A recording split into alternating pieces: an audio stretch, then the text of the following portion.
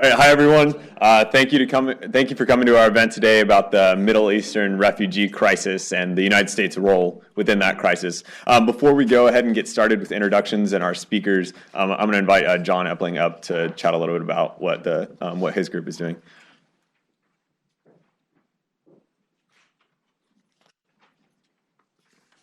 Excuse me. Hello. One of the things I find myself very convicted by is I have very, very strong opinions about current events and issues that are going on and what the government should do and what we as an international community should do. And then I ask myself, John, what have you done as an individual actually to assist this situation? And too often the answer is, well, actually nothing at all. So the Christian Legal Society has partnered with an organization called Samaritan's Purse. That's a Christian relief organization that has a specific program of their many, which is working with refugees in Europe, helping them to transition, giving them material assistance, emotional and spiritual assistance, just helping them. And so we're doing a fundraiser for them. And really what we're hoping is that Duke Law students can help contribute to this program in some small way to show that, even though our biggest problem right now is, finals and not getting a pumpkin spice latte because they ran out, that we still have a little bit of solidarity with people who literally have the things that they can carry with them in some instances. So if you would like to explore what we're doing or contribute, which would be awesome, there's going to be numerous programs and fundraisers going on throughout the next several weeks and months. But if you just want to go ahead and look at it and possibly contribute, if you just email Duke Law Students, 4 refugees@gmail.com, it will auto send you an email with a link to the fundraising website, which is tied in through the Samaritan's Purse website as well. So again, that's Duke Law Students 4 refugees@gmail.com. And even if you just give $5, at least then in 20 years you can say you did something when confronted with the largest refugee crisis since World War II. So thank you very much.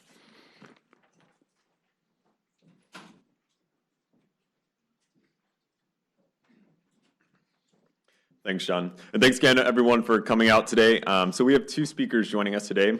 First is Grover Joseph Rees. Grover Rees served as the first United States ambassador to East Timor from 2002 to 2006, and after which he served as a special representative for social issues in the United States Department of State. He has also served as the United States representative to the UN and the UN's Economic and Social Council during the fall 2007 session of the UN General Assembly, and also served as Deputy Assistant Secretary for International Organizations. Prior to serving as an ambassador, Rees was a senior staff member on the Foreign Affairs Committee in the United States House of Representatives, where he was responsible for human rights and refugee protection and played a major role in drafting and enacting important human rights legislation, including Trafficking Victims Protection Act, the International Religious Freedom Act, and the Tortured Victims Relief Act. Prior to his work in Washington, Ambassador Rees served for 7 years as a law professor at the University of Texas, and he has written and spoken widely on international law, human rights, refugees, and related issues. As a fun fact, Ambassador Rees speaks 6 languages: English, French, Spanish, Portuguese, Samoan, and Tetum. Our second speaker, Geoffrey Mock, is chair of the Middle East Country Specialist for Amnesty International USA. He currently serves as the Egyptian and Syrian Country Specialist for the organization. And he currently organizes the organization's work on Syrian focuses and on documenting abuses and improving conditions in refugee camps, offering assistance in Syrian asylum cases, and promoting support for resettlement efforts of Syrian refugees in line with the goals of the UNHCR. Mr. Mock joined Amnesty International in 1987 and began to be the country specialist in 1990. At Duke, he is the editor of the Duke Today within the Office of News and Communications. So with that, I'd like to turn it over to Ambassador Rees.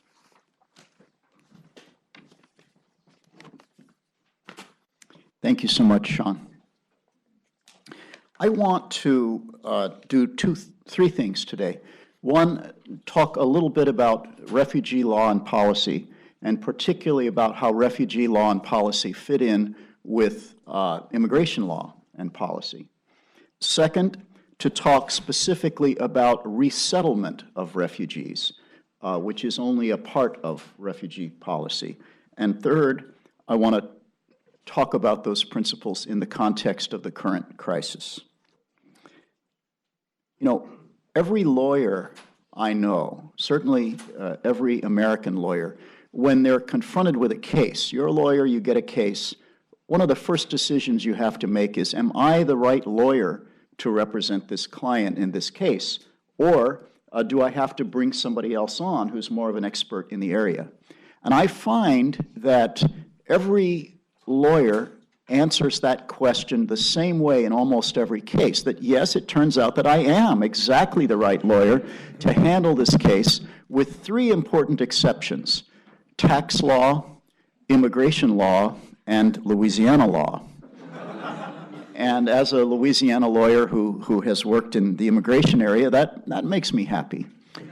But that's one of the first differences between immigration law and refugee law. There are two differences. Immigration law is not only incredibly complex, with layer after layer after layer of fixes to what went before. You know, they sawed the leg a little too short, so they put something under it, or they saw the other legs, and then they have to saw it again because they didn't get it quite right. So immigration law is not like working on a 57 Chevy. It's really hard. And it's about what's good for America. People often miss that. But the way we select immigrants is, yes, of course it's going to be good for them, or they think it will, or they wouldn't be trying to come here. But we select about 1 million immigrants a year, and we select them on the basis of who do we think we need in the United States. Who's going to be a good immigrant, who's going to fit in here either because of their skills or their family connections, who's going to do well here, and who's going to do well for our society. Refugee law is different in both of those respects. It is, first of all, very simple. It's only about one principle. And secondly, that principle is not really about what's good for America. The reason we accept refugees, the reason we don't send them back, is because we don't want to put people in harm's way. And refugee policy actually only kicks in. It only matters if we've already decided that the person otherwise wouldn't be the right immigrant to come to the United States. Because if he or she would, then they come in as an immigrant. They don't have to come in as a refugee. So if they're coming in as a refugee, it means they haven't passed the immigration test. So what is the refugee test? Well, the refugee test, if you want to go back historically and also, I think, still philosophically, refugee policy is about a ship called the St. Louis that left France in the very early years of World War II, before France was occupied. And it had several hundred passengers, and the passengers were all Jews, some from Germany, others from countries that hadn't yet been occupied by the Nazis, but who were afraid. And they all had visas for Cuba. And those visas were fraudulently obtained. They were real visas. They were legal visas, but there'd been a corrupt immigration official who had given them those visas. And by the time they got to Havana, the Cuban government had figured that out, and they denied them all admission. And so the ship went to Miami. Very resonant for some of those of us who've worked on some other immigration and refugee crises in recent years. And the boat was docked in Miami Harbor, and it went all the way to the President Roosevelt, because they didn't fit into our immigration policy. They didn't have visas for the United States, but the question was, could we accept them anyway? And the president decided, no, if we accept these people, how many more are going to come? It's a magnet. It's a message. And so then they went to Canada. They steamed up the St. Lawrence to Montreal, and Canada, for the same reasons, turned them down. And so the ship went back to Europe. And about half of those people died in concentration camps, died in the Holocaust. And so about 10 years later, in 1951, the nations of the world, or many of them, got together and adopted the Refugee Convention, which says basically we're not going to send back the people on the St. Louis, even if they don't have the right papers, even if they have fraudulent papers, even if they've violated other laws, and they've only violated those laws because they needed to escape a fear of persecution. And so there are two principles of core principles of refugee law, and one of them is the definition of a refugee. And the definition of a refugee is someone who is afraid to go back to his or her country of residence or long-time residence or nationality because of a well-founded fear of persecution. It doesn't have to be 50% plus one likelihood of persecution, but there have to be objective reasons to make that fear well-founded. And the persecution has to be on the ground of race, religion, nationality, political opinion, or membership in a particular social group. And membership in a particular social group turns out to mean something that's a lot like those other four grounds and that similarly infuriates persecuting governments. So if somebody is a refugee, there are a number of obligations that countries have toward those people, but the core obligation, the one that matters the most, is what's called non-refoulement. That person is not to be sent back to a country where he or she will face that persecution on one of those grounds or a significant likelihood of that persecution, and they're not to be sent to a place that's going to send them back to that country. Importantly, there is no international obligation, either under the Refugee Convention and later, by the way, under the Refugee Protocol in 1967, which took that post-World War II principle and applied it to all refugee situations everywhere. So under the Convention and the Protocol, there is no obligation to resettle a single refugee. There's not even an obligation to keep refugees who've come to your country as what we call the country of first asylum, the place where they first landed, as long as you can send them somewhere else safe. You can't send them back to persecution. You can't send them to where they're going to be sent to persecution. But if you can find some other safe country that's willing to accept those people, they don't have the right to choose the country in which they're going to live as refugees. So why do we resettle refugees? We resettle refugees, first of all, because of a sense that it would be unfair for the countries of first asylum, the countries that happen to be in tough neighborhoods where there are other governments that produce a lot of refugees, to have to take all of those people. Very closely related to that unfairness, there's the practical reason that a lot of those countries, for those obvious reasons, haven't signed the Refugee Convention or the Refugee Protocol. Thailand has not signed. Malaysia has not signed. Indonesia has not signed. Jordan, none of the countries in the Middle East really except Turkey, and Turkey has only signed the 51 Convention. They only have to accept refugees, World War II refugees from Europe. They don't have to accept anybody else. So as a practical matter, if we tell the first asylum countries, on the one hand, you have an obligation, because it's now asserted by many people, many countries, that the non-refoulement responsibility is not just binding by the convention, it's become a principle of customary international law.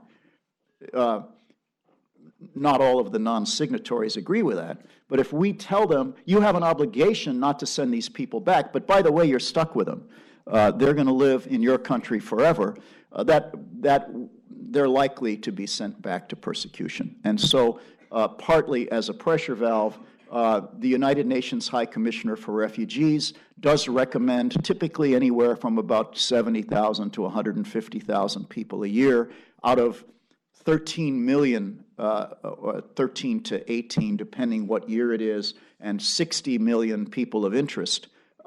They recommend resettlement for about 100,000 on average a year. And 2/3 to 3/4 of that resettlement, year in and year out, is to the United States.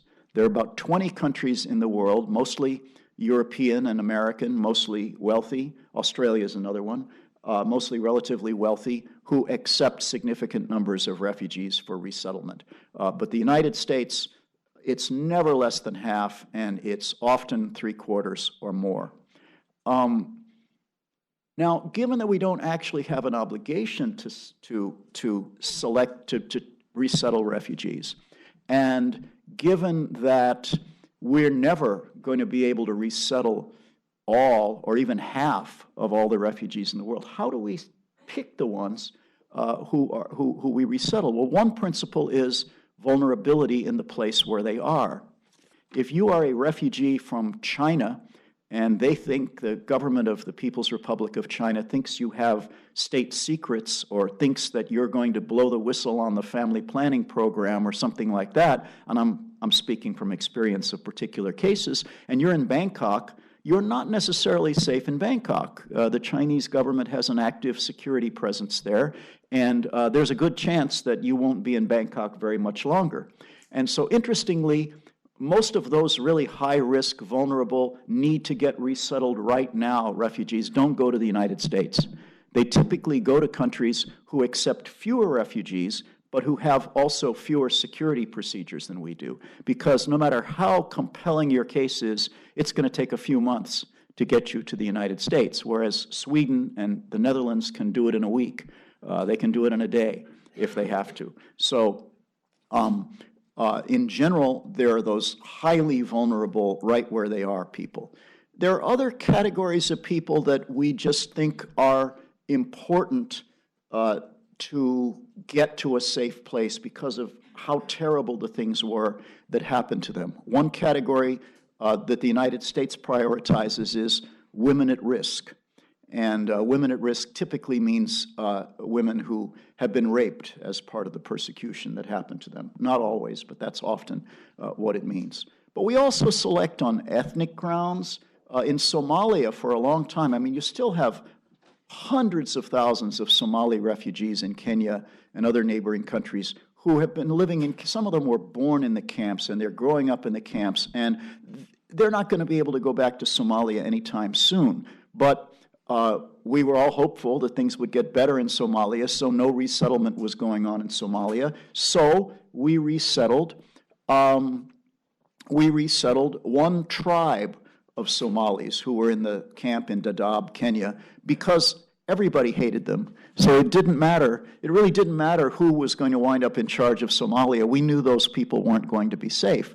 Now, you might say that's racial discrimination, that's terrible, but it's a lot of what resettlement is about, because you're trying to pick the vulnerable people. You're trying to pick out of all the people in the world, the ones that are either most needy or most deserving or both of resettlement. Another thing countries do that sometimes doesn't sit well with some human rights advocates is we select based on what we think of as affinity.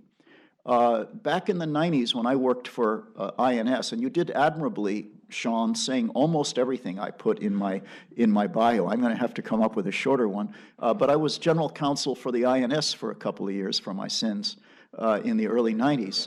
And I found that although we generally got along pretty well with the NGOs who were advocating, it was kinder and gentler and we were trying to do the right thing. But they hated the fact that we were more generous to Cubans, to Cuban refugees or Cuban asylum seekers than we were to Haitians or than we were to Central Americans. They hated the fact that we had scooped up about 1 million over the years, or more than 500,000 Vietnamese asylum seekers, and brought them to the United States. We were being kind of tough on Central Americans who came across our border.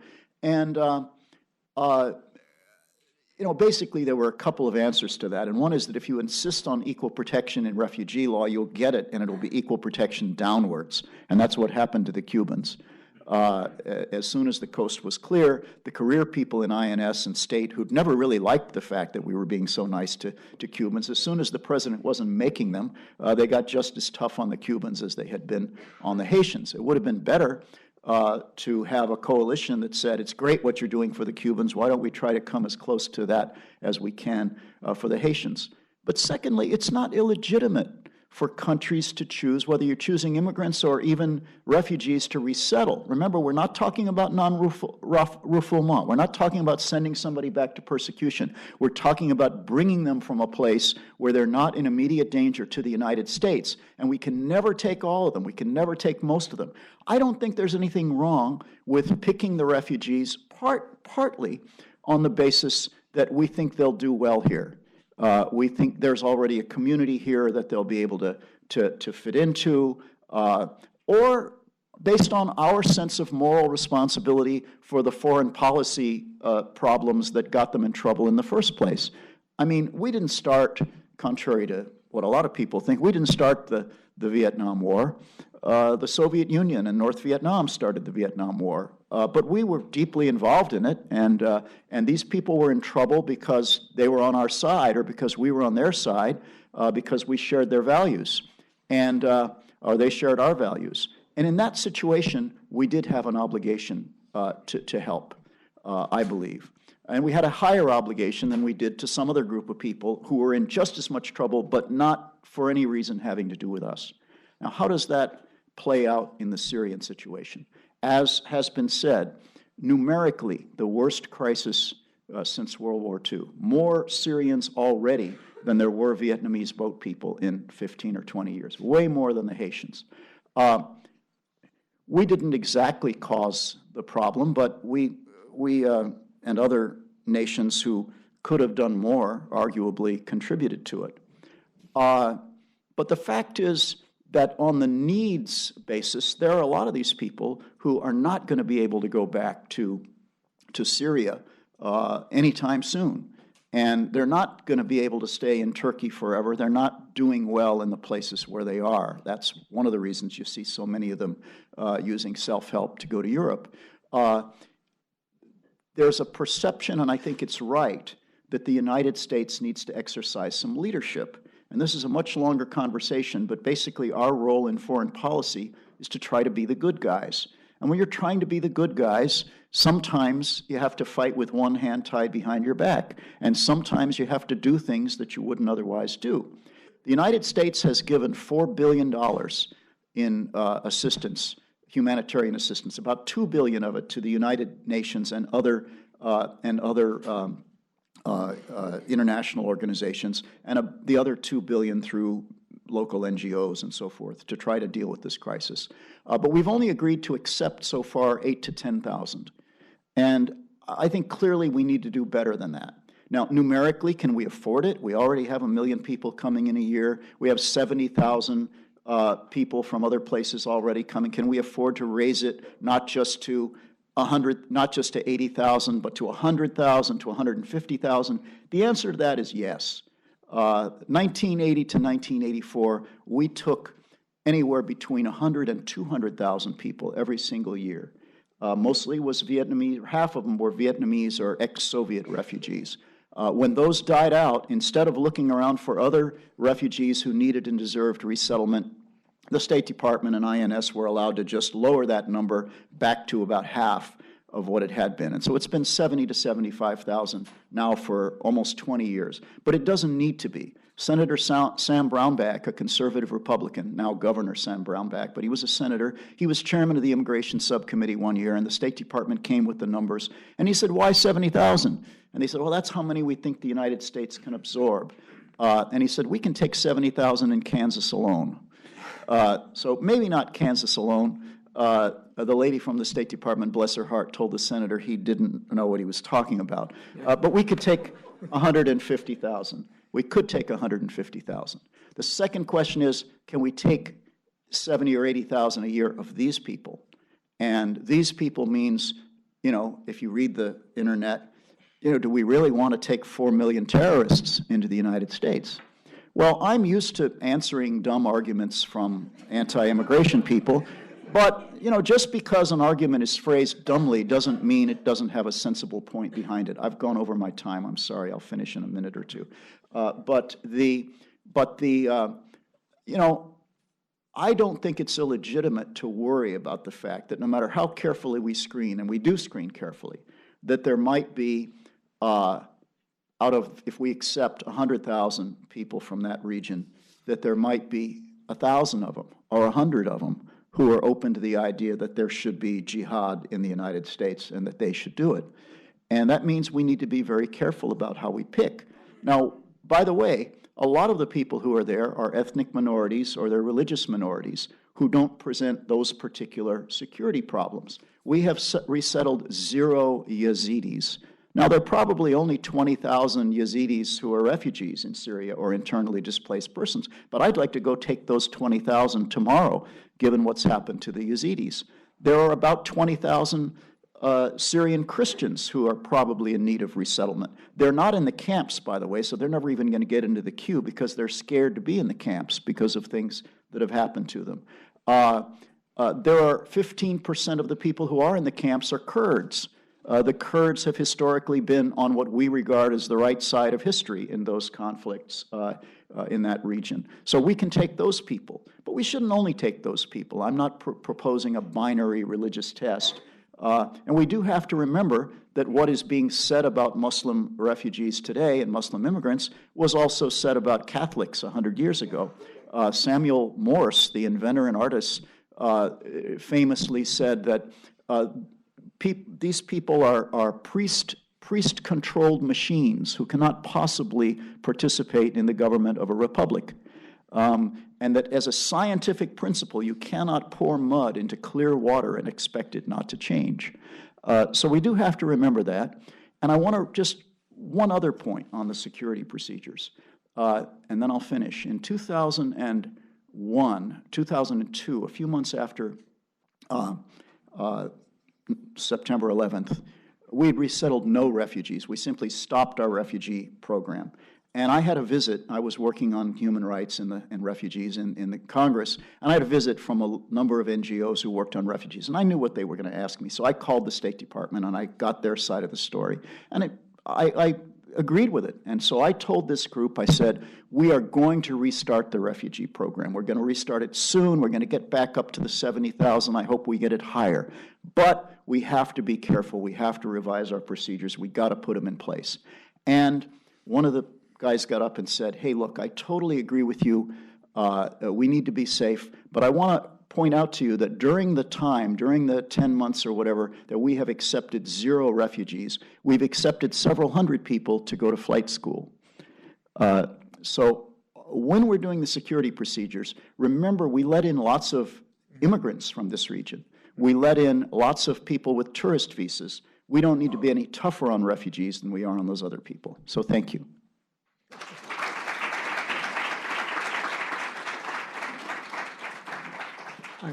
I'm just going to sit here if that's okay. And I'm afraid I'm not going to have some significant disagreements with him. I'm sure it would be more exciting if I did. But in fact, if you want a disagreement, we can talk about Cuba because we're one of the NGOs that had those Cuban issues. But on Syria and the current world crisis, I'm in significant agreement with him. So I'm going to make just 3 more points of elaboration and then say a couple of things about what you, if you're interested, might be able to do if you want to take action on this. And then we'll open it up for some questions. The first point I want to make is there have been a lot of comments about the Syrian refugees in particular. And I just want to state that these are some of the bravest people that I have ever met. I've worked on Syrian human rights for nearly 30 years now, and you just can't imagine how challenging it would be to be someone living under the Assad regime. We can't forget that the heart of this crisis is a human rights catastrophe that has gone on for decades under this Assad regime. We'll talk about ISIS, we'll talk about the other groups, but it starts with the President Assad's regime. Does anyone here know how the Syrian uprising started? Yes, but tell me, do you know the details of... Basically, so Assad is an Alawite. Yeah. And there's a lot of conflicts in Syria because of various ethnic groups, and the Alawites are a very small minority of the Syrians, although we don't know the exact numbers because they never have any censuses. But essentially, in, I guess, 2011, a couple kids were picked up by the Syrian secret police, were interrogated, tortured, and their families, in response in Daria, went and protested the torture, and that basically set off... You know why they were picked up? Graffiti? I don't know. Graffiti, Yeah. Exactly. They had written, Assad, it's your time. You know, it is just, they exercised their free speech. You might not like graffiti, but the kids were picked up, they were tortured, the parents came to protest. The security officer said, you don't need these kids, you can get some other ones, and then proceeded to offer to help the women get new kids. This is not this is not an outlying event. But the point I wanted to get is that with all the things that have happened in Syria since then, we can't lose track of where it started. And that was a bunch of kids expressing their right to free speech. And I would ask you to remember that, because as long as the world remembers that, that spirit within Syria can continue to exist, because it has existed during the 3 decades I've been working on human rights under horrible conditions. And as long as the world remembers that, there is still some hope that it's not going to happen soon, it's not going to happen in next year, but down the road we can move towards a Syria and towards an entire region there built more on respect for human rights. I mean, you can say that about Egypt, you can say that about Tunisia, you can say that about Lebanon and Bahrain and all the places where you're seeing conflict. At that heart, it's that spirit that the kids showed in Dara that started it off. But from there, the Assad regime reacted in the way it has always reacted since his father was in charge, and that is with armed repression. And it exploded in their face, and we now come to a situation where more than 50% of the Syrian population has had to leave their home. I mean, that is just an astounding. Over half the country is no longer living where they are in 2011. 4 million in 5 neighboring countries and refugee camps registered with the UN. Another 7 to 8 million internally displaced, sometimes living off of weeds and in often dangerous situations. And many of the internally displaced people are getting it from both sides, both from the Assad military and from armed rebel groups such as ISIS. The refugee camps are not sustainable. The UN knows that. The countries, Turkey, Lebanon, Jordan, Egypt, and Iraq. What's the fifth? I have it here. Iraq, yeah. They all, they know it's not sustainable. What you are seeing in Europe, and another 50,000 people apparently came across the seas just in the last week to try to avoid this situation. What you're seeing in Europe is because those camps are not sustainable. The UN has said that to offer relief, we have to resettle 10% of this. So we're looking at around 400,000. Amnesty International and other groups are asking for 100,000 of those 400,000 to come to the U.S. That, as you heard, is historically beneath what the U.S. has taken in situations of refugee crisis, far beneath. It is, but to date, since the beginning of the conflict, we've only taken 1,500 total. And President Obama is now offering to bring in 10,000. 1,500 isn't sufficient. 10,000 is better, but it gets us nowhere close to reaching that UN goal of 400,000.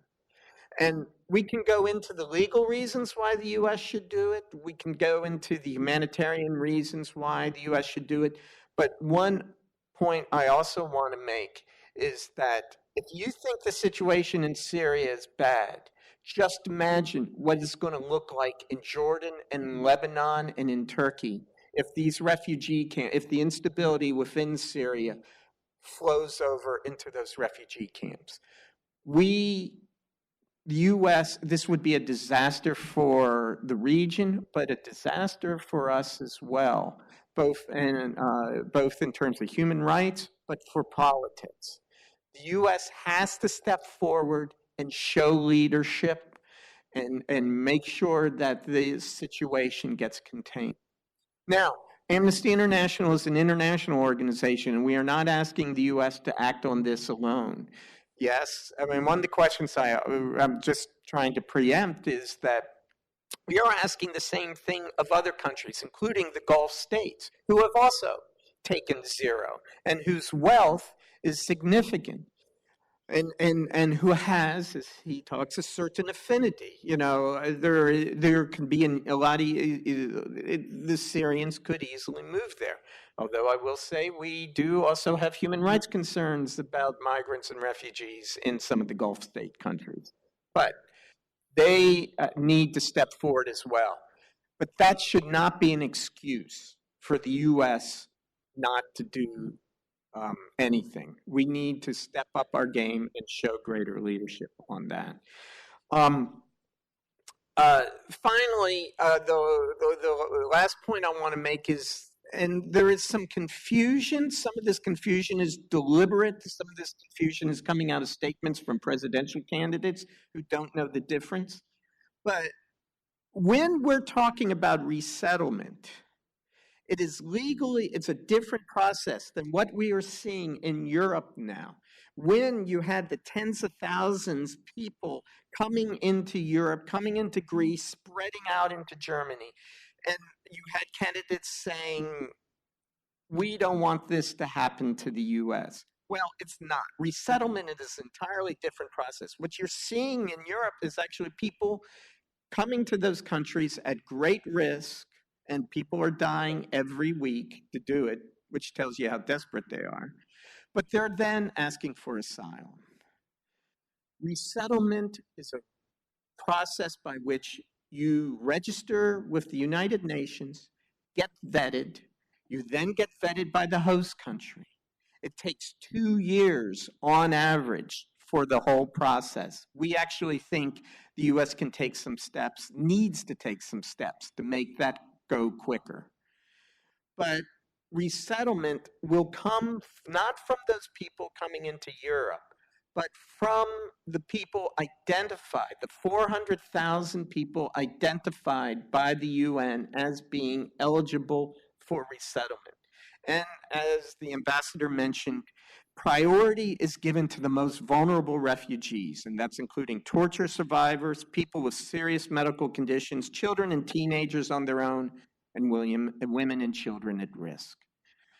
I am currently now working with a family whose husband has been disappeared by the Assad regime. He was an activist. He was taken into the prison system, and no one has heard from him since then. They are in a refugee camp in Turkey, the wife and 3 children.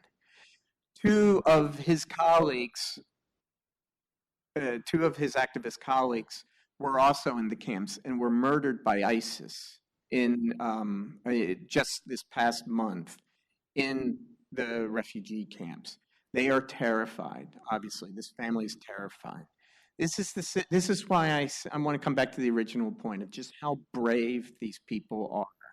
They have shown great courage, and when they're coming up onto the borders of Europe or where they are asking for help in the UN camps, this is not a sign that they have fled anything. They are making a statement for life. Now, finally, very quickly, things that you can do. Well, you've heard about some of the one thing that you could do, and certainly that's money is needed. A lot of the people in the UN camps now are living on 50 cents a day. The UN fund for the refugees is almost empty. The U.S. is one of those few countries that have actually fulfilled its pledge. A lot of the EU countries have not. But the U.S. probably could have pledged more. So it's if the governments aren't stepping forward, privates We need some private help to help with that. So that's one thing. But there are organizations in Durham ready to take Syrian refugees. You may not have heard about it, but the Durham City Council just passed a resolution that I wrote just last month encouraging Syrian resettlement here in Durham. We have two refugee organizations, Church World Service and World Relief, that deal with the transition of refugees. They are ready to take Syrian refugees. But when refugees do go through resettlement, they get 3 months of funding. 3 months. That's not enough. And they need transitional help. We talked about affinity.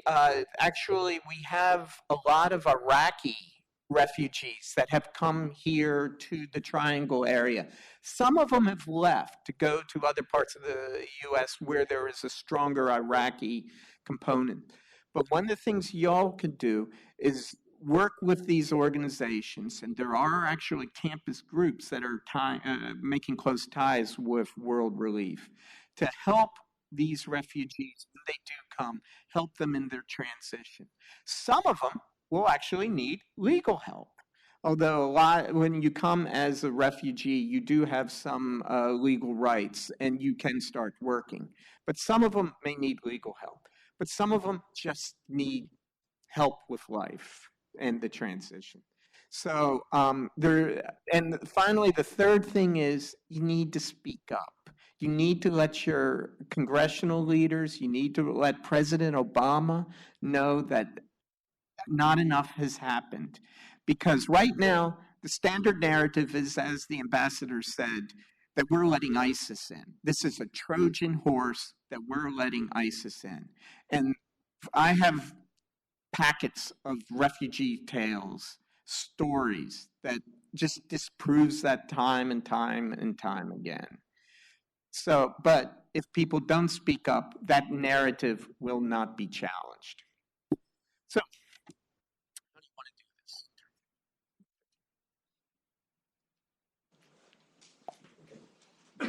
this? Go ahead. I actually have two questions. The first one, can you briefly explain how the UN set the goal at 10% for resettlement? What's the rationale behind that number? That's a good question. Well, they didn't take a percent. Yeah. They, the 4 million that they've got in the camps, they haven't been able to interview them individually, and they've all declared them to be what they call prima facie refugees, meaning from where they are, we're pretty sure they would be in trouble if they went back. But based on their experience with other groups like this, I guess based on where the people are coming from, I agree with Mr. Mock that they might, I think UNHCR may be being a little too optimistic, and the number is going to turn out to be higher than 400,000. But another thing is some of them can resettle, can assimilate in the countries where they are. Some of them can go back, maybe not to the part of Syria that they came from, but when things shake out and there's some kind of a resolution, they may be able to live in whichever part of the country is governed by their side. So there are all of those possibilities. Resettlement is only one of what the UNHCR calls the durable solutions for refugees. I guess this is more for the ambassador, but when you were in East Timor, were you still kind of dealing with the fallout from the 1999 UNAMED mission and elections? Well, we still had the UN mission in a big way. Until May of 2002, the UN governed Timor. Yeah. After that, the government was not really able to, they didn't have a deep bench, and so there were lots of UN advisors performing government functions. There's still a small UN mission, but for the whole time I was there, there was a very big one. And then they were still dealing with militias in 2003 coming across the border from Indonesia and killing people sometimes. And then in 2006, there was a domestic civil crisis. Yeah. And, there was a riot that was about the size of a typical soccer riot in Belgium, and the military overreacted and basically instituted a reign of terror and looked for all their enemies and created 10% of the people had to be in an internally displaced persons camp. That went on until 2007. Now, those problems are basically over. The government that was doing that lost the election, and the Timorese are being governed by people they like, but they're still not out of the woods.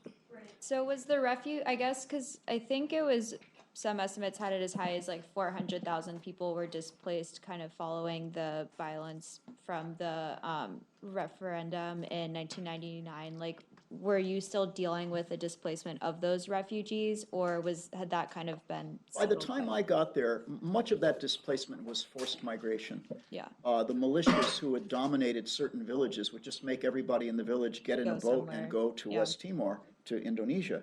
And by 2002, I did visit Timor in my other job. I had no idea I was going to go back as ambassador, but I visited in January 2000.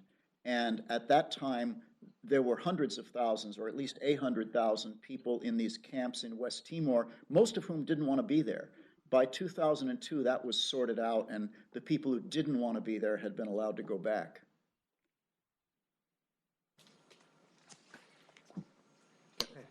Is there any conflict between the UN and the European Union on this issue? So is it the case that maybe one organization is trying to do more but feels constrained by what the other is doing?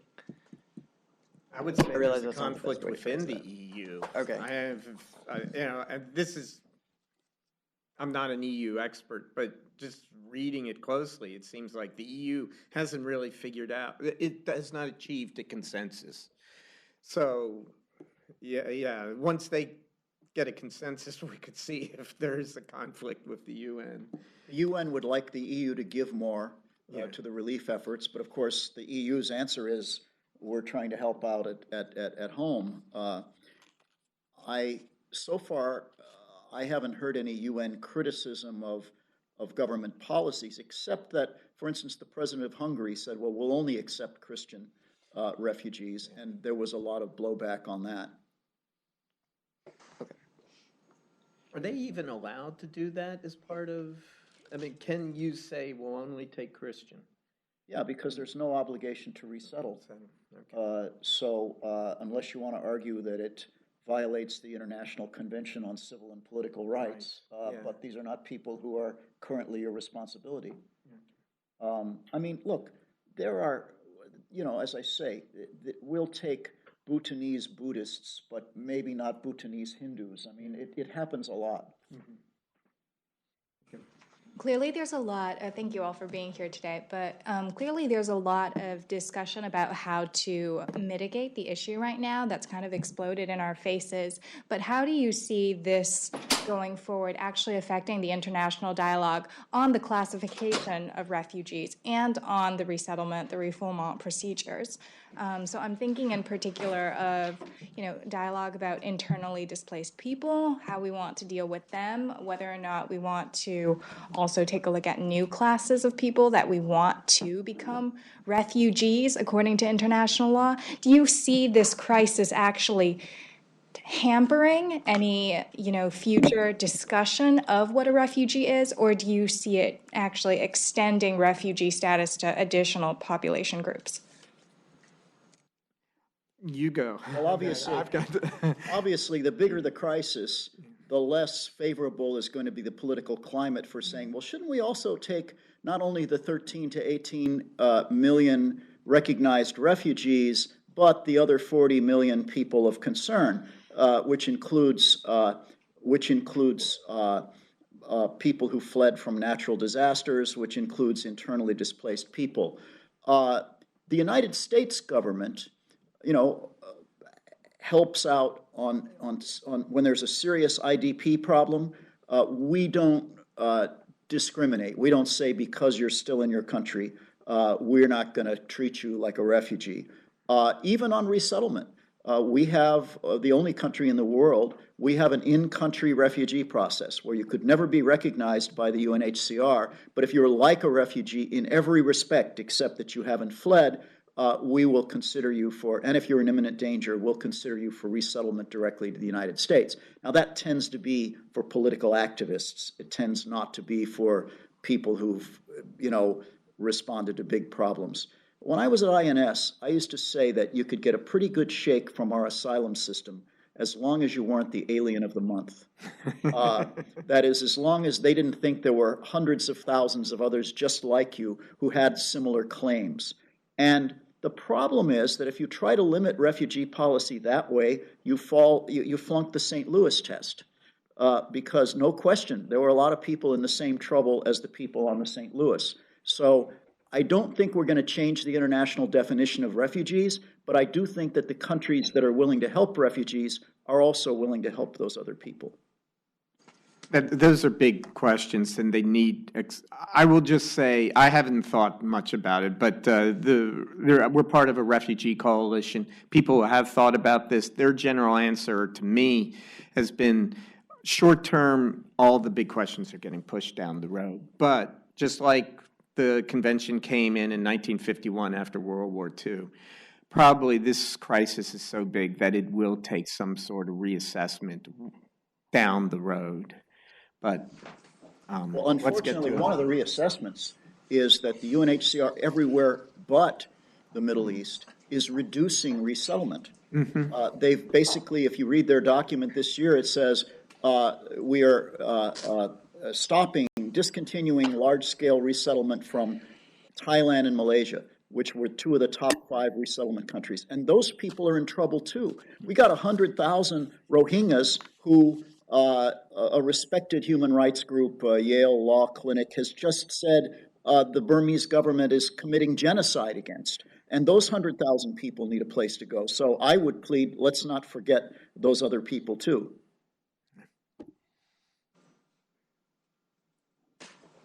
Both of you mentioned that U.S. should show more greater leadership in this global effort. So can you give some example about what actions other countries are taking? And is there any more effective measure U.S. should consider? Well, some of the Scandinavian countries some of the Scandinavian countries have moved to increase and speed their process. Sweden, I think, has just said, if you're from Syria, we will take you. And we're not asking the U.S. to do that. But it's certainly, there are examples there where we can use as models to move faster. In specifics, one of the things that when we're talking about reducing the 2-year time frame is that we are asking them to take some of the examples from EU's countries, so procedures. Right now, the resettlement procedure, this is from the Refugee Council, is 12 steps. It's 2 pages. And this is why it's taking 2 years. And each step contains sub-steps. Yes. But that's the U.S. That's the U.S. There are resettlement processes that move faster, particularly when it comes to family reunification. When you're dealing with family reunification, some of these really need to be stepped, and there are governments that are doing that. One good thing is that 28 countries have agreed to resettle Syrians. They haven't talked about how many, but I'm pretty sure that's more than the total number of countries who've done significant resettlement in the world. I looked at the list. I looked for Middle Eastern countries. There weren't any of those. But I did, and I don't know who the 8 or 10 new countries are, but there seem to be 8 or 10 new countries who are willing to help. I think it's 1:30. All right, well, let's all go around.